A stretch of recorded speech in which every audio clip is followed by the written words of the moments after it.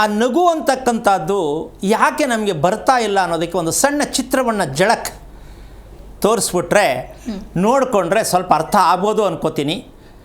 ಯಾಕೆ ಅಂದರೆ ಆ ಚಿತ್ರಣವನ್ನು ನೋಡಿದಾಗ ನಿಮ್ಗೆ ಅರ್ಥ ಆಗಬಹುದು.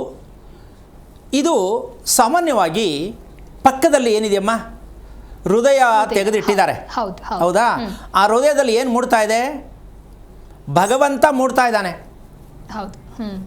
ಅಂದರೆ ನಮ್ಮ ಹೃದಯದಲ್ಲಿ ಸೂರ್ಯ ಉತ್ಪತ್ತಿ ಮಾಡ್ತಕ್ಕಂಥ ವಿಚಾರ ಇದೆ ಅಂತ ಗೊತ್ತಾಗಿರುವುದಕ್ಕೆ ನಾರಾಯಣ ಹೃದಯಾಲಯ ಅಂತ ಹೆಸರಿಟ್ರು. ಇಲ್ಲ ಅಂದರೆ ಯಾವುದೋ ಕಿತ್ತೋಗಿರೋ ಇಂಗ್ಲೀಷ್ ಹೆಸರಿಡೋರು. ಹೃದಯದಲ್ಲಿ ನಾರಾಯಣ ಇದ್ದಾನೆ ಅಂತ ಸೈನ್ಸು ಒಪ್ಕೊಂಡಿದೆ, ಅದಕ್ಕೆ ನಾರಾಯಣ ಹೃದಯಾಲಯ. ಎಷ್ಟು ಅದ್ಭುತವಾದ ಪವಾಡ ರೀ ನೋಡಿ. ಇಡೀ ಏನಾದರೂ ಬೇರೆ ಇಂಗ್ಲೀಷಲ್ಲಿ ಏನೇ ಮಾತಾಡಿದ್ರು ಪೂಜಾ ಹೇಳಲೇಬೇಕು. ಏನಮ್ಮ ಇದು ಇಂಗ್ಲೀಷಲ್ಲಿ ಏನು ಮಾತಾಡಿದ್ರು ಪೂಜಾ ಅಂತಲೇ ಹೇಳಬೇಕು. ಬನ್ನಿರಿ ಹಿಂಗೆ ಮಾತಾಡೋಣ. ಇಂಗ್ಲೀಷ್ ಏನೇ ಕಲ್ತಿದ್ರು ನಮ್ಮ ಕನ್ನಡದ ತಾಯಿ ದಾರಿ ಕೊಡಲ್ಲ.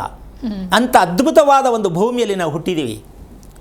ಈ ಅದ್ಭುತವಾದ ಭೂಮಿಯಲ್ಲಿ ನಾವು ಯಾಕೆ ತಪ್ಪಾಗಿ ನಡ್ಕೋತಾ ಇದ್ದೀವಿ ಅಂದರೆ, ನಾವು ಯಾರ ಸಾಲದಲ್ಲಿದ್ದೀವಿ ಅಂತ ಪ್ರಶ್ನೆ ಬರುತ್ತೆ.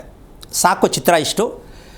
ಯಾರ ಸಾಲದಲ್ಲಿ ಇದ್ದೀವಿ ಅಂತ ನಾವು ಯೋಚನೆ ಮಾಡಿದ್ರೆ, ಯಾರ ಸಾಲದಲ್ಲಿ ಇದ್ದೀವಿ ನಾವು? ಹಾಗಾದರೆ ಯಾರೋ ಒಬ್ಬರು ಇರಬೇಕಲ್ಲ, ಸಾಲ ನಾವು ಈಸ್ಕೊಂಡಿರೋ ಸಾಲ ಇರಬೇಕಲ್ಲ. ಏನದು ಅಂದರೆ, ನಾವು ಹುಟ್ಟಿರ್ತಕ್ಕಂಥದ್ದೇ ಸಾಲ. ಯಾರ ಸಾಲದಲ್ಲಿ ಹುಟ್ಟಿದ್ದೀವಿ? ಸಾಲ ತೀರಿಸ್ಬೇಕಾ ಬೇಡ? ತೀರಿಸ್ಬೇಕು. ಅಲ್ಲ, ನಾವು ತೀರಿಸ್ತಿರೋ ಅವ್ರು ತೀರಿಸ್ಕೋತಾರೆ. ಯಾರು ಕೊಟ್ಟಿರೋರು ಸಾಲ ಅವರೇ ತೀರಿಸ್ಕೋತಾರೆ. ಯಾರು ಸಾಲ ಕೊಟ್ಟಿರೋರು? ಆಶ್ಚರ್ಯ ಅಲ್ಲ? ಹೌದು. ಅಂದರೆ ಮನುಷ್ಯ ಭೂಮಿಯಲ್ಲೇ ಹುಟ್ಟುತ್ತಾನೆ, ಭೂಮಿಯಲ್ಲೇ ಹೋಗಿ ಸಾಯ್ತಾನೆ, ಹೌದಾ? ಇದು ಭೂಮಿ ತಾಯಿಯ ಸಾಲದಲ್ಲಿ ನಾವಿದ್ದೀವಿ. ಭೂಮಿ ತಾಯಿಯ ಸಾಲದಲ್ಲಿ ನಾವಿದ್ದೀವಾ ಇಲ್ವಾ? ಹಾಗಿರಬೇಕಾದ್ರೆ ನಾವು ಯಾರಿಗೆ ಸ್ಮರಣೆ ಮಾಡಬೇಕು? ಭೂಮಿ ತಾಯಿ. ಯಾರನ್ನ ಪ್ರೀತಿಸಬೇಕು? ಯಾರನ್ನ ಗೌರವಿಸ್ಬೇಕು? ಭೂಮಿ ತಾಯಿಯನ್ನು. ನಾವು ಯಾರನ್ನು ಮಾಡ್ತಾ ಇದ್ದೀವಿ? ಯೋಚನೆ ಮಾಡಿ.